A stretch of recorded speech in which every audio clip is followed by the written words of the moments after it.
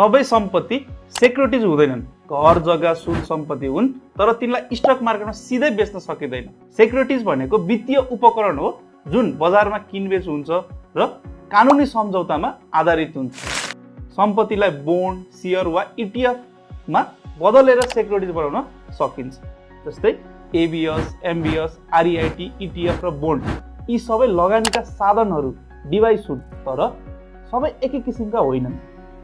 तपाईलाई यसबारे थप जान्न मन छ भने कमेन्ट बक्समा एमबिएस भनेर लेख्नुहोस् यदि तपाईको घरको ऋणबाट बन्ने सेक्युरिटीको बारेमा जान्न चाहनुहुन्छ। एबिएस भनेर लेख्नुहोस् यदि तपाई गाडी, क्रेडिट कार्ड जस्ता सम्पत्तिमा आधारित सेक्युरिटीको बारेमा जान्न चाहनुहुन्छ। आरइआइटी भनेर लेख्नुहोस् यदि तपाई रियल इस्टेटलाई कसरी सेक्युरिटीमा कन्भर्ट गर्न सकिन्छ त्यसको बारेमा जान्न चाहनुहुन्छ।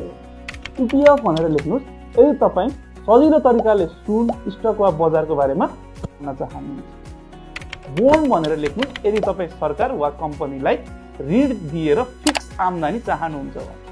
तपाईको रुचिको विषय कमेन्ट गर्नुहोस्, म त्यसको विस्तृत जानकारी अर्को भिडियो या पोस्टमा ल्याउनेछु। यो भिडियोले तपाईलाई सम्पत्ति र सेक्युरिटिज बुझ्न कतिको सहयोग गर्यो कमेन्ट बक्समा भन्नुहोस् र यस्तै रोचक जानकारीको लागि च्यानललाई सब्स्क्राइब गर्न नभुल्नु होला र बेल आइकन थिच्नु र भिडियो लाइक गर्नुहोस्।